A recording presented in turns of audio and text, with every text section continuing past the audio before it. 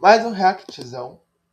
Parte 2 do bizarro iceberg da Copa do Mundo do canal do Storebel. Sim, parte 2 aqui no meu canal. Eu tô no notebook num tanque que é o calmo do tempo instalando, então tem que dividir meio. Então, se no caso dele vai ser 3 partes, aqui vai ter que ser 6. Então, isso é de react, então é loucura. Agora lá pra parte 2. Canal em inglês, dizendo que Galvão era uma espécie de ave ameaçada de extinção. E a cada tweet com a frase "Cala a boca, Galvão" geraria 10 centavos de doação para a conservação da espécie. Caralho, não é possível que fizeram isso, mano. Se inscreve aí também, né? Parei aí, não. Help us save the Galvan birds. Cala Boca Galvan is a campaign on Twitter which focuses on spreading the word about Galvan, a very rare kind of bird native to Brazil. Every year, more than 300,000 Galvan birds are killed during carnival parades. Their colourful feathers are sold on black market. Every tweet with Cala Boca Galvan generates a donation of 10 cents to the Galvan Birds Foundation. Esse vídeo gerou confusão entre os não falantes de português que aderiram à hashtag achando que estavam ajudando o pássaro, o que deu ainda mais força para a campanha permanecer nos Trending Topics do Twitter por mais 14 dias, um recorde absoluto na plataforma. O termo "Cala a boca, Galvão" ficou tão grande que era impossível ignorar, e foi citado no New York Times, no El País, além, é claro, da retratação do próprio Galvão a respeito, que levou no bom humor. Eu tenho um amigo que deve estar morrendo de rir. Onde ele estiver nesse momento, eu tenho certeza que ele está num lugar muito bom, que é o Ayrton Senna. Ele deve estar morrendo de rir. E o Ayrton tinha as orelhas meio grandes, assim, ó.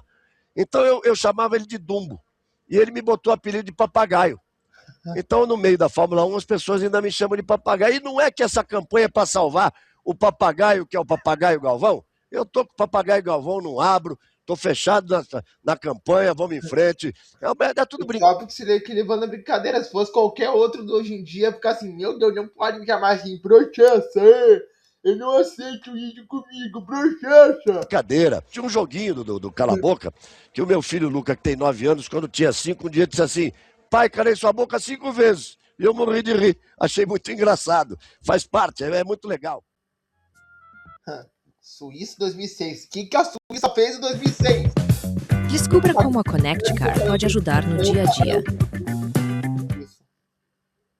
Mas o que a Suíça fez em 2006? A seleção suíça entrou para a história ao ser a primeira e única equipe a não sofrer gols em uma edição de Copa do Mundo. O feito se torna ainda mais impressionante ao constatar que eles conseguiram a façanha de serem eliminados sem perder e sem sofrer nenhum gol. Na fase de grupos, passaram na liderança do grupo G, após empatar com a França em 0-0 e bater Togo e Coreia do Sul por 2-0. Nas oitavas de final, ficou no 0-0 com a Ucrânia durante os 120 minutos de bola rolando e a partida foi para os pênaltis. Nas penalidades, o sonho suíço sucumbiu. Eles desperdiçaram as suas 3 cobranças, enquanto a equipe ucraniana não marcou apenas um, avançando para as quartas de final com a vitória por 3-0 nos penais. A seleção brasileira de 1982 é considerada por muitos a melhor seleção. Vamos lá. Eu vou falar minha visão aqui, ó, que eu sou um moleque perto dos caras que viveu essa época, eu falar que era a melhor seleção. Vamos lá. O Júnior, pelo que me falaram, joga uma boa bola. O Sócrates também, o Zico. É um time bom, mas não sei. Seleção brasileira de todos os tempos. Ficou conhecida pelo estilo de jogo bonito e ofensivo, e despontava como principal favorita para a Copa de 1982. Mas o maldito Paulo Rosa acabou com o Na nome. fase de grupos, venceram os 3 jogos com relativa tranquilidade, avançando até as quartas de final, onde precisava liderar um triangular com Argentina e Itália. Como a Itália venceu a Argentina por 2-1 e o Brasil venceu a Argentina por 3-1, o Brasil ia para o jogo decisivo contra os italianos precisando apenas do empate. E não parecia difícil. Afinal, a Itália tinha vencido apenas um jogo naquela Copa e passava por uma grande crise. Só uma tragédia para tirar o Brasil da competição. Porém, quando a bola rolou, a história foi outra. A seleção italiana explorou as deficiências defensivas daquele time e Paolo Rossi, que estava há 2 anos sem jogar por envolvimento em um esquema de manipulação de resultados, marcou os 3 gols da vitória italiana por 3-2, que de forma surpreendente eliminou a seleção brasileira daquela Copa, em um dos eventos mais traumáticos para o futebol mundial. Muitos dizem que aquele resultado no estádio do Sarriá foi a morte do futebol bonito, e que a partir dali, o jogo defensivo e truncado começou a ser o modo que imperava nos anos seguintes no mundo da bola. Em 1966, Inglaterra e Alemanha decidiam a final da Copa do Mundo em Wembley. Ao final dos 90 minutos, a partida estava empatada em 2-2 e a decisão foi para a prorrogação. Aos 11 minutos do tempo extra, o inglês Geoff Hurst acertou um potente chute. A bola bateu no travessão e quicou em cima da linha do gol antes da zaga alemã afastar. O árbitro ficou indeciso se a bola tinha entrado ou não, mas após consultar o bandeirinha, ele optou por confirmar o gol e dar vantagem aos donos da casa. Esse gol fantasma obrigou a Alemanha a se expor e no último minuto sofreu o golpe de misericórdia, coroando assim a seleção inglesa com seu primeiro e único campeonato mundial. Diversas simulações foram realizadas ao longo do tempo, usando todos os tipos de tecnologias de tira-teima, e se tornou um consenso de que a bola não cruzou inteiramente a linha, e portanto não foi gol. A única análise que se posicionou diferente disso foi feita pelo canal de TV inglês Sky Sports. E a única que foi diferente foi o canal o quê? Foi brasileiro? Foi alemão? Não, foi o que? O inglês, então. Em 2016. Esse se tornou o mais famoso e polêmico gol fantasma da história do futebol. E o termo Wembley Tor vem do alemão, que significa o gol de Wembley.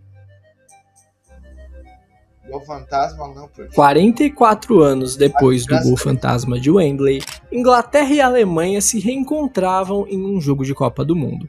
Dessa vez pelas oitavas de final na África do Sul. Os alemães levavam a melhor e venciam por 2-1, mas a Inglaterra partiu para cima em busca do empate. Até que aos 38 minutos do primeiro tempo, Lampard acertou um chute que bateu no travessão, quicou dentro do gol antes de bater novamente no travessão e o goleiro Neuer agarrar. O juiz uruguaio Jorge Larrionda e seu assistente não assinalaram o gol, para a indignação dos ingleses. E não é que a bola entrou pouco, ela entrou muito, mais de 30 centímetros para dentro do gol. Com seu empate negado, os ingleses perderam o ímpeto e viram a Alemanha ampliar para 4-1 e ir para as quartas de final com o doce sabor da vingança. Pô, é má vontade da Inglaterra também. Beleza, a da Alemanha dá pra até falar que foi roubado sim, beleza. A da Alemanha os caras arranjaram um gol que não fizeram e tiveram que ir pra cima, mas também tava na prorrogação, é muito difícil. Aí ia ter o jogo inteiro ainda, tava 2-1 ainda, ia ter mais da metade do jogo, os caras já não fizeram, não quiseram dar um golzinho pra desistir, e tomaram mais 2, pô. Um lance ainda mais absurdo do que em 66. Camisa branca. A camisa amarela Fiz vídeo curto sobre isso. da seleção brasileira é um dos uniformes mais reconhecidos e vencedores da história do futebol mundial. O símbolo nacional mais popular do país. Só que ela não foi sempre amarela. No início, o uniforme da seleção brasileira era inteiramente branco com detalhes azuis. Essa foi a combinação que a seleção brasileira utilizou nas primeiras 4 Copas do Mundo. Porém, após o trauma do Maracanaço, a coisa acabou sobrando até para o uniforme. O conjunto branco ficou com a pecha de azarado e foi aposentado. Nunca mais essas cores foram utilizadas em um jogo de Copa do Mundo. Em 1952, um concurso foi idealizado para escolher o novo uniforme do Brasil no jornal Correio da Manhã. E dentre as mais de 200 propostas, o vencedor foi Aldir Meu Deus do céu, no cara. jornal Correio da Manhã. Proposta, E dentre as Beleza, aqui viraria o segundo uniforme. mais de 200 Beleza. propostas, Uniforme de escola. Sei lá o que seria isso. Parece aquelas camiseta praiana. Uniforme de escola. Vencedor Nada a ver. foi Faixa do Vasco. Aldir Olha o Vasco aí. Garcia, de apenas 18 anos na época. E assim, nasceu o principal uniforme da história do futebol. A camisa branca do Brasil só voltaria a ser utilizada em um amistoso em 2004 e posteriormente na Copa América de 2019, em comemoração ao centenário do primeiro título da seleção. E ainda assim ganhar. E daí ganhamos, né? Então acabou a emoção. Sérvia e Montenegro foi um país bem curioso que existiu de 2003 Veio da Iugoslávia virou Sérvia e Montenegro e agora é Sérvia. a 2006 como sucessor da Iugoslávia. Ele surpreendeu nas eliminatórias europeias e conseguiu a vaga para a Copa de 2006, jogando a Espanha para a repescagem e eliminando a Bélgica. Na Copa do Mundo, eles foram sorteados no difícil Grupo C, ao lado de Argentina, Holanda e Costa do Marfim. Porém, 6 dias antes da estreia na competição, houve um referendo de independência de Montenegro, separando, portanto, os países e encerrando a união estatal. Ou seja, quando a seleção de Sérvia e Montenegro entrou em campo no dia 11 de junho contra a Holanda, o país não existia mais. Muito em função disso, o não-país fez a pior campanha da competição. Perderam na estreia por 1-0 para a Holanda, levaram uma goleada por 6-0 da Argentina, em que Messi marcou seu primeiro gol em Copas do Mundo, e na rodada final levaram a virada após saírem ganhando por 2-0 da Costa do Marfim. Esses 3 jogos foram as últimas vezes em que o hino da Iugoslávia foi oficialmente executado, fortemente vaiado pela torcida e com os próprios jogadores decidindo não cantar.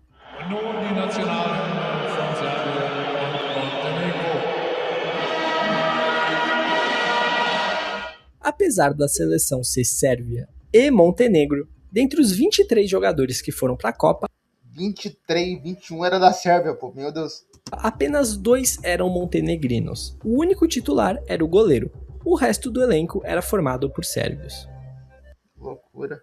O dinheiro das vendas fica disponível no mesmo dia. Abra sua conta PJ e aproveite esse benefício e muito mais. Vamos ver.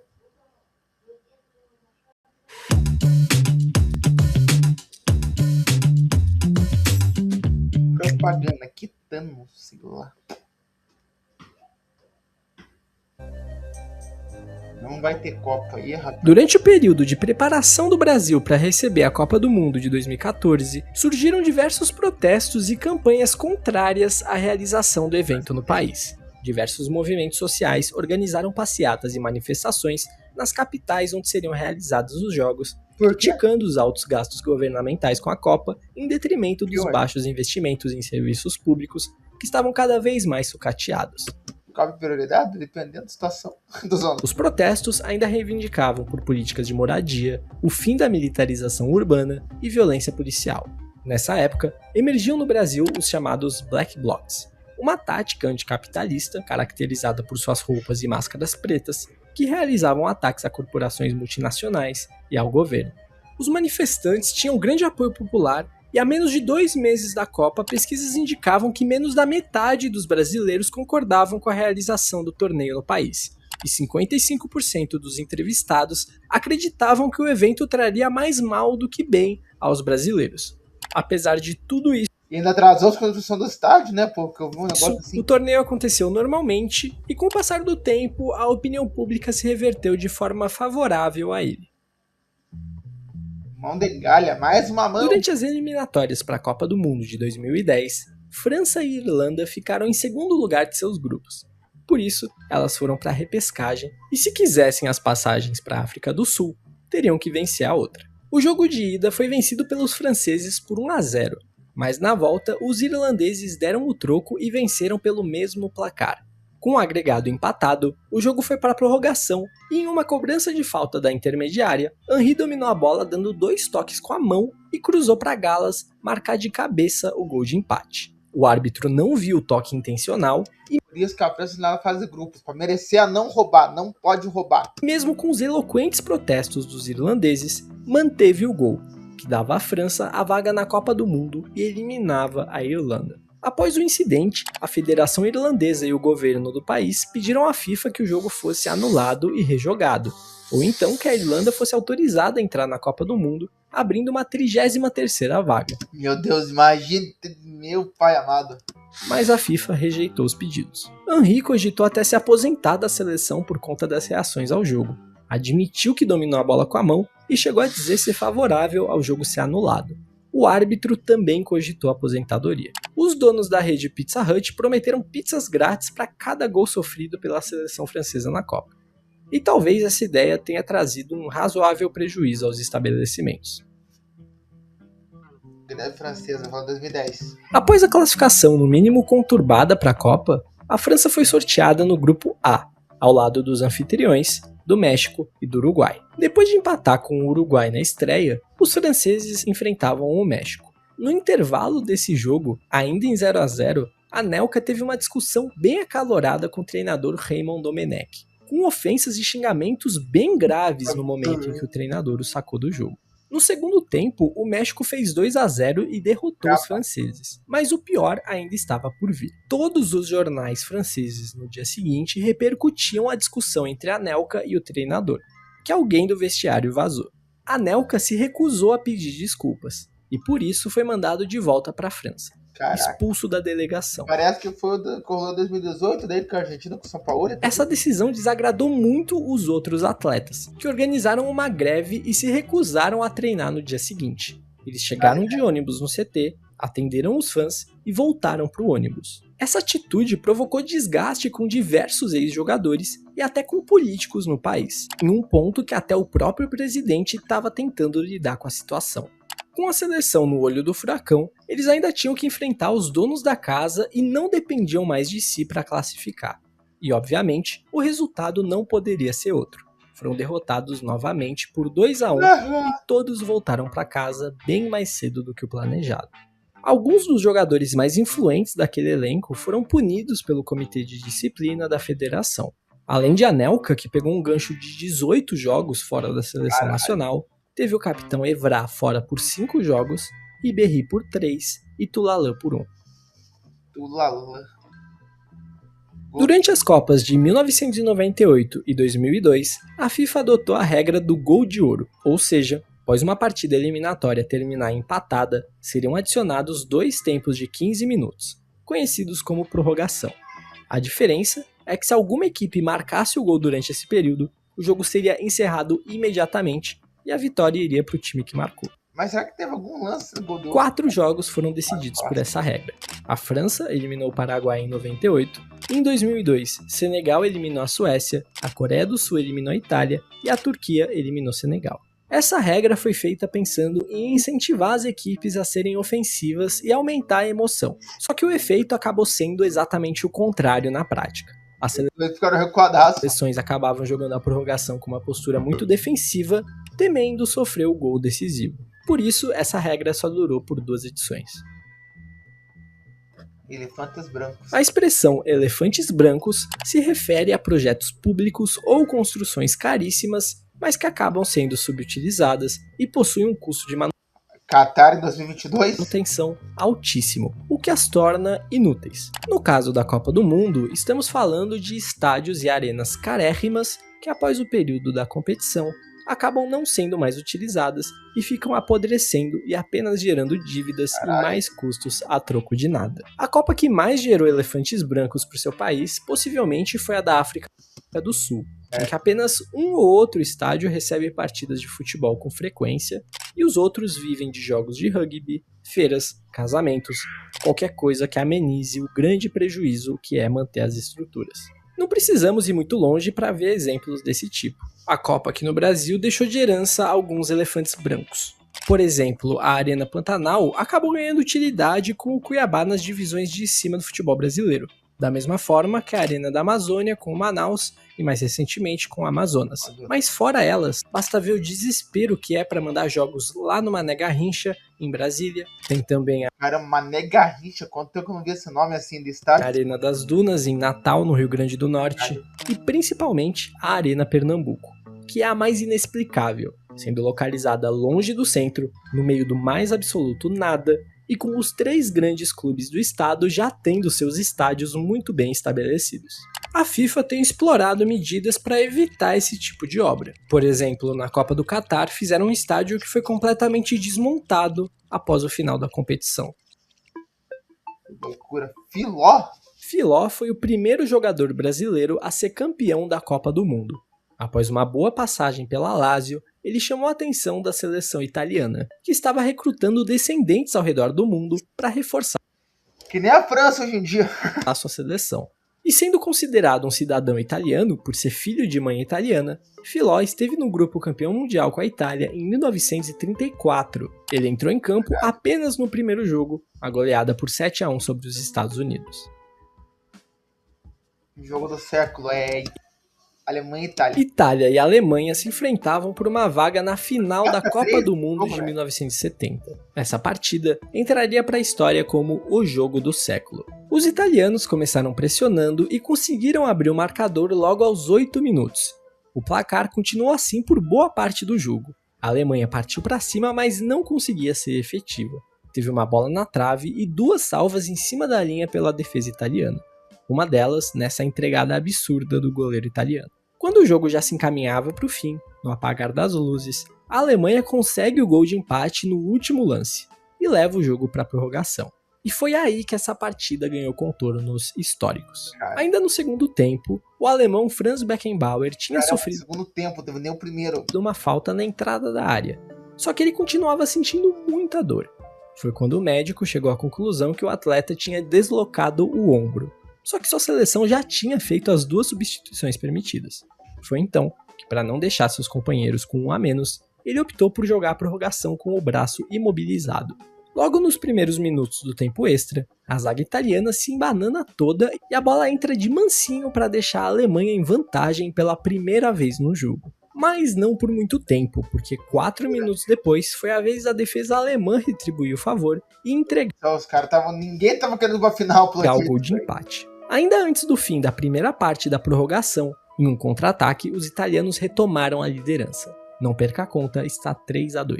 No segundo tempo, Gerd Müller empatou novamente o jogo para a Alemanha, de cabeça após cobrança de escanteio. Só que enquanto a transmissão ao vivo passava o replay, os italianos deram a saída de bola e rapidamente marcaram o 4º gol, aquele que seria o gol da vitória e da classificação.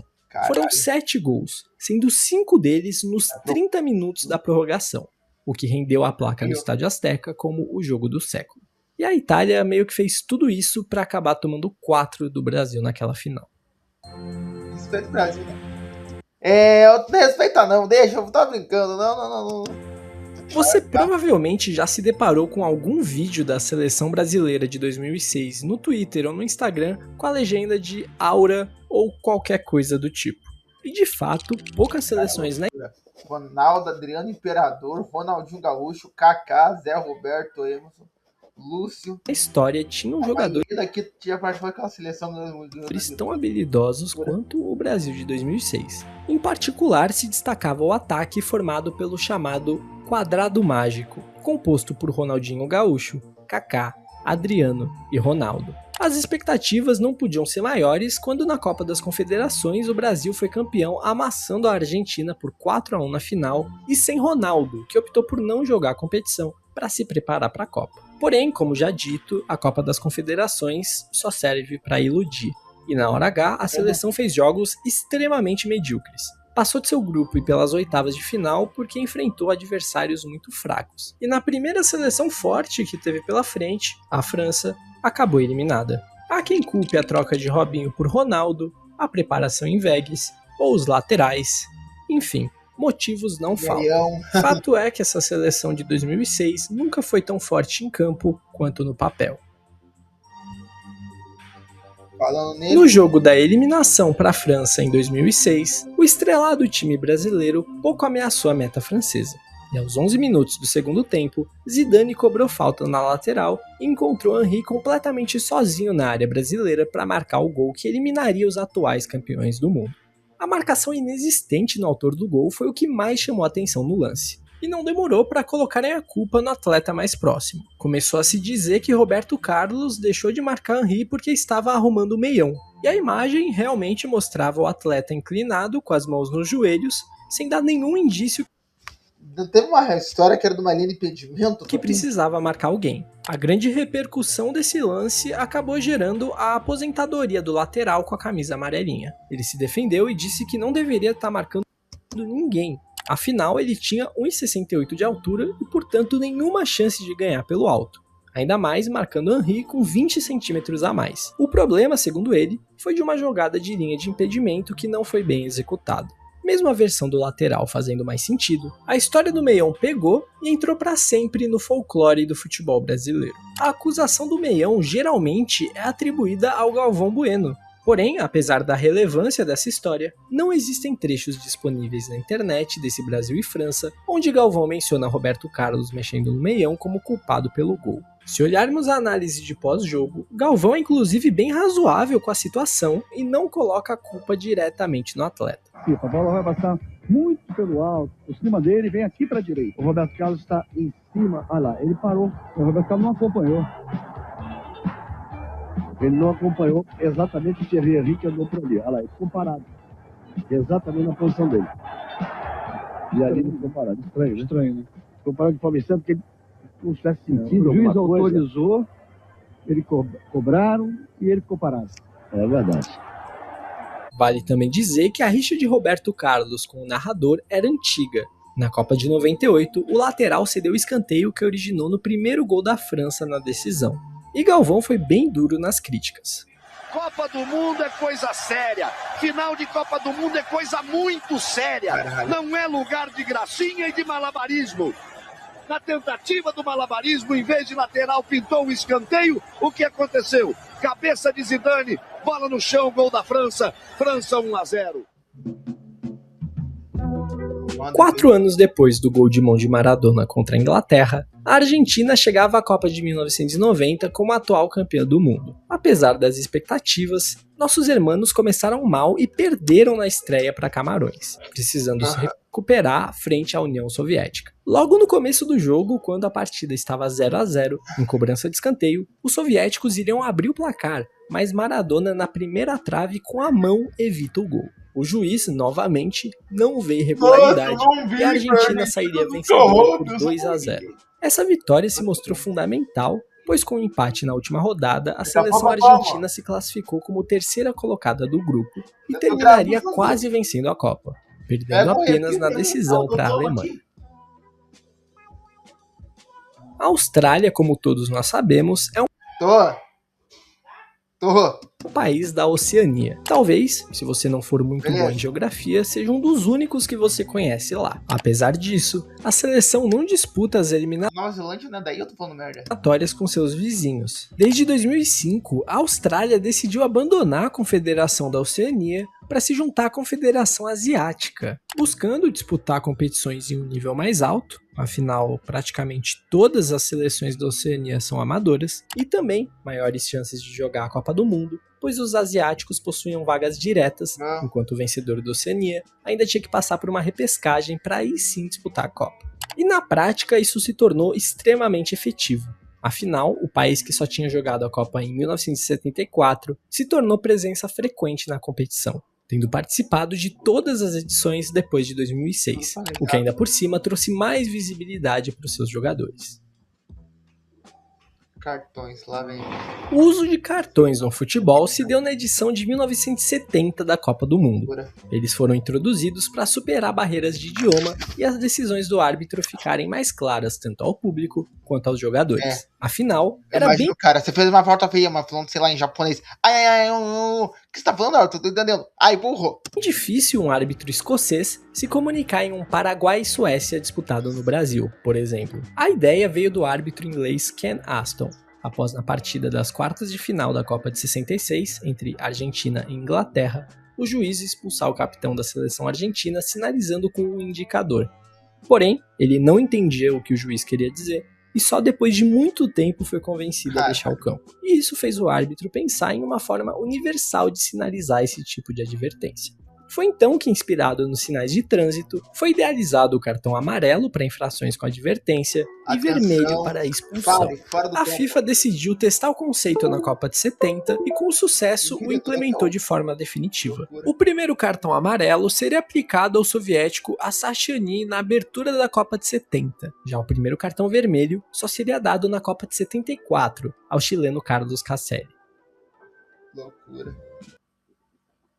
Países que não existem mais. Yugoslávia, Soviética, quem que mais? Tem um monte. República Tcheca. Não, Tchecoslováquia. A fragrância não vai embora quando a roupa seca. Novo Downy Brisa Intenso. Essa tecnologia fixa perfume real. Loucura.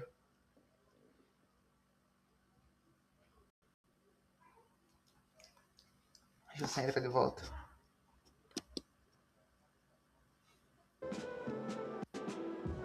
Ao longo da história quase centenária da Copa do Mundo, houveram muitas mudanças pelo globo. No total, 7 países que já jogaram Copas não existem mais. Eu fiz um vídeo sobre isso há 4 anos atrás, mas eu vou dar um resumo aqui porque ele é meio antigo. Foram eles a Iugoslávia, que se diluiu em 7 países diferentes nos Balcãs, após um longo processo de guerras e disputas, a Sérvia e Montenegro, que até certo ponto era o que restava da antiga Iugoslávia, e já foi explicada nesse iceberg, a Tchecoslováquia, que se dividiu pacificamente entre Tchequia e Eslováquia, como o nome sugere, a União Soviética se desmembrou em 15 repúblicas independentes, a Alemanha Oriental, que se unificou com a Ocidental e se tornou um só país, o Zaire, que anos depois de sua participação voltou a se chamar República Democrática do Congo, e as Índias Orientais Neerlandesas, que participaram da Copa ainda como uma colônia holandesa, e depois da independência passaram a ser a Indonésia. Nesses casos, existe uma seleção que herda os recordes, estatísticas e títulos. A única exceção é a Alemanha Oriental, que não tem um herdeiro de fato, pois a Alemanha ficou com o histórico da Alemanha Ocidental. E uma só seleção não pode disputar a Copa 2 vezes, e as 2 Alemanhas disputaram em 74. Loucura. Preguinho foi o primeiro capitão e primeiro jogador a marcar um gol pela seleção brasileira em Copas do Mundo, contra a Iugoslávia, na derrota por 2-1. Jogador do Fluminense, a curiosidade principal é que Preguinho era atleta de 10 modalidades diferentes. Caralho! Futebol, natação, remo, polo aquático, sauna, das quais por 8 delas ele foi campeão. Já ganhou rock, que também tem de mesa, já jogou também. São elas: futebol, natação, remo, polo aquático, saltos ornamentais, atletismo, basquete, vôlei, hóquei sobre patins e tênis de mesa. Argentina e Nigéria é um jogo que parece acontecer em toda a Copa do Mundo. É impressionante como a seleção da Nigéria atrai a seleção argentina. Os nigerianos jogaram 6 Copas do Mundo, e em 5 delas caíram no mesmo grupo da Argentina. A única vez que isso não aconteceu foi em 98, mas em 94, 2002, 2010, 14 e 18, Nigéria e Argentina foram sorteadas lado a lado na fase de grupos. Além de ser um dado muito curioso, o que mais chama atenção é que foram todas em um espaço muito curto de tempo. E o retrospecto é catastrófico. A Argentina venceu absolutamente todos esses confrontos. Aí é foda. Esse tópico se refere a um cântico da torcida inglesa criado em 1996, quando o país sediou a Eurocopa, e a banda britânica The Lightning Seeds lançou a música Three Lions, em referência ao escudo da seleção inglesa. A frase It's Coming Home diz respeito ao país estar finalmente sediando um torneio de futebol. O último havia sido a Copa de 66. Porém, com o tempo, a frase acabou ganhando outro significado, como se a taça estivesse voltando para o país que criou o futebol, a Inglaterra. Só que com os constantes fracassos do English Team em conquistar basicamente qualquer troféu, a música acabou ganhando uma conotação negativa e a frase é usada para zoar os torcedores. O único título conquistado pela seleção inglesa segue sendo a Copa do Mundo de 1966. A final da primeira Copa do Mundo foi entre Uruguai e Argentina. Porém, as 2 equipes não conseguiam entrar em consenso sobre a bola que a partida seria disputada. Os argentinos queriam utilizar o seu modelo Cento, que era ligeiramente menor e mais leve do que o modelo T dos uruguaios. A única Qual que foi a bola que usaram na Copa, então? Aqui usaram que devia ter sido. forma de resolver o impasse foi que os times concordassem em usar cada bola em um dos tempos do jogo. E assim foi feito. Por meio de um sorteio ficou decidido que o primeiro tempo seria jogado com a bola argentina e a segunda etapa com a uruguaia. No final, as bolas realmente fizeram diferença. A Argentina saiu vencendo no primeiro tempo por 2-1, mas quando a bola foi trocada, o Uruguai virou para 4-2 e se sagrou o primeiro campeão da Copa do Mundo. 2014, o cru. Pelas quartas de final da Copa do Mundo de 2014, Holanda e a zebra da competição Costa Rica empatavam em 0-0 e o relógio já marcava os acréscimos do fim da prorrogação. Iríamos para os pênaltis. Nesse momento, sobe a placa de substituição e o mundo inteiro se surpreende quando o técnico Louis van Gaal tira o seu goleiro titular Silesen para colocar o reserva Tim Krul. Não havia nenhum indicativo de lesão e nem o substituído compreendeu. O Silesen entrou no banco chutando a água, muito chateado, revoltado com a substituição do Louis van Gaal.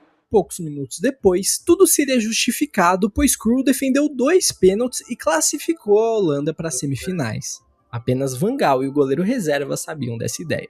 O que torna tudo ainda mais bizarro é que Krul era o terceiro goleiro e só tinha defendido 2 dos últimos 20 pênaltis batidos contra ele. O segundo reserva, Vorm, tinha aproveitamento melhor.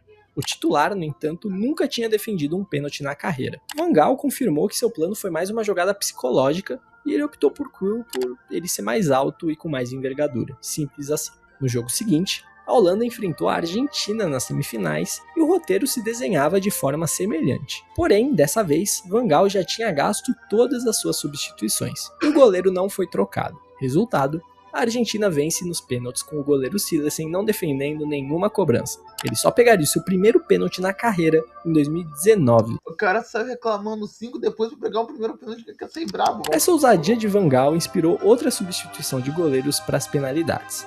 Na repescagem contra o Peru, o técnico australiano tirou o capitão e ídolo Ryan para colocar o desconhecido Redmayne. O resultado foi o goleiro dançarino defendendo uma cobrança e classificando sua nação para a Copa. Entra.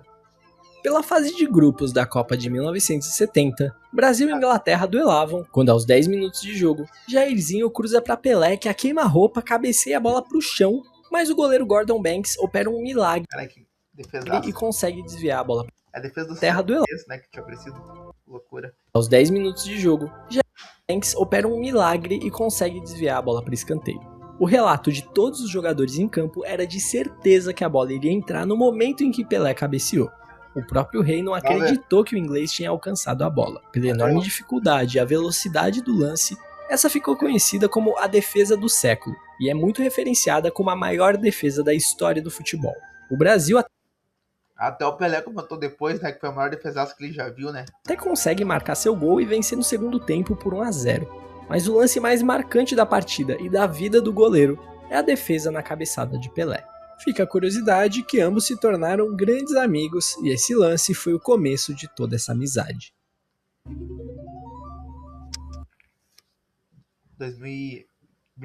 2030 agora, né, vai ser. Em 2030, a Copa do Mundo será sediada em 6 países. Isso porque as sedes principais serão Portugal, Espanha e Marrocos. Porém, os jogos de estreia das seleções de Uruguai, Paraguai e Argentina serão disputados em seus respectivos países como homenagem ao centenário da primeira edição da Copa do Mundo. Dessa forma, o torneio E o Brasil, nada ainda? terá 6 sedes e será o primeiro a acontecer simultaneamente em 3 continentes distintos. Loucura. Uruguai, Paraguai e Argentina tentaram uma candidatura conjunta, com o argumento de comemorar o centenário. Porém, a candidatura Espanha, Marrocos e Portugal era a mais forte nos bastidores e a FIFA optou por fazer esse puxadinho no começo do torneio para não desagradar nenhuma das federações. Mas aí você deve fazer o questionamento lógico. Se a primeira Copa foi disputada no Uruguai, vencida pelo Uruguai, da onde surgiram Argentina e Paraguai? A Argentina ainda teve uma participação importante no Mundial de 30, sendo a vice-campeã, mas o Paraguai nada fez além de ser eliminado já na primeira fase. Nesse mesmo patamar ficaram os também sul-americanos Peru, Bolívia, Chile e até o Brasil. Tem outro detalhe que o Chile também fazia parte desse projeto. Era uma candidatura quádrupla, mas sabe-se lá por quê, ele acabou ficando esquecido nesse meio tempo e o Paraguai acabou indo. Talvez porque o presidente da Conmebol seja paraguaio, ou talvez porque a sede da Conmebol seja no Paraguai. Não, eles não fariam isso. Não, eu sou muito santo pra fazer isso, né, cara? Durante a fase de grupos da Copa de 2018, pelo grupo H, Senegal e Japão empataram com 4 pontos, uma vitória, um empate e uma derrota para cada. Como empataram entre si, ambos marcaram 4 e sofreram 4 gols, o primeiro critério de desempate que os diferenciava era os pontos de fair play, ou seja, os cartões amarelos. Como o Senegal levou 6 cartões e o Japão 4, os japoneses ficaram com a vaga e os senegaleses voltaram para casa, se tornando assim a primeira seleção a ser eliminada de um mundial por cartões amarelos.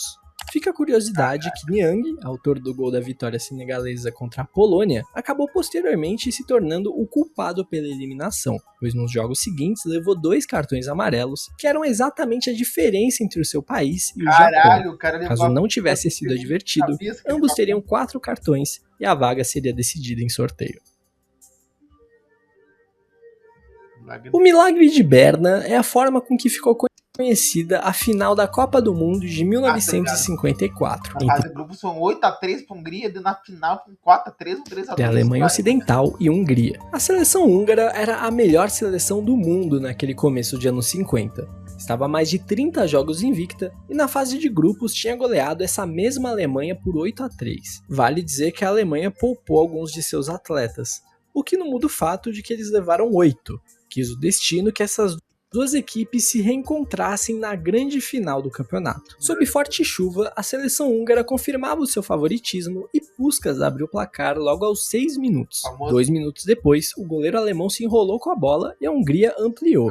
O massacre da primeira fase parecia que se repetiria, mas no lance seguinte, a Alemanha voltou para o jogo e diminuiu para 2-1. Menos de 10 minutos depois, ela foi buscar o empate, 2-2. O super time da Hungria tentava retomar o controle, mas a bola não entrava. Faltando 6 minutos para o fim, a Alemanha, em sua estocada final, marca o gol do título que era tido como impossível. E a até então melhor seleção do mundo, e até hoje nunca ganhou uma Copa Hungria depois. Era derrotada. O time húngaro dominou todas as estatísticas, menos o número de gols marcados. Imediatamente após a partida, surgiram rumores de que a seleção alemã havia usado substâncias para melhorar o desempenho. Mas isso é assunto para um tópico mais à frente. Antes do apito inicial para a partida entre Brasil e Peru, Pelé se abaixa para lentamente amarrar suas chuteiras da Puma, sendo registrado por câmeras de transmissão do mundo todo. Afinal, aquela foi a primeira Copa transmitida ao vivo. O rei recebeu $120 mil para fazer isso, cerca de 5 milhões de reais no dinheiro de hoje. Essa ação também reacendeu a guerra entre Adidas e Puma.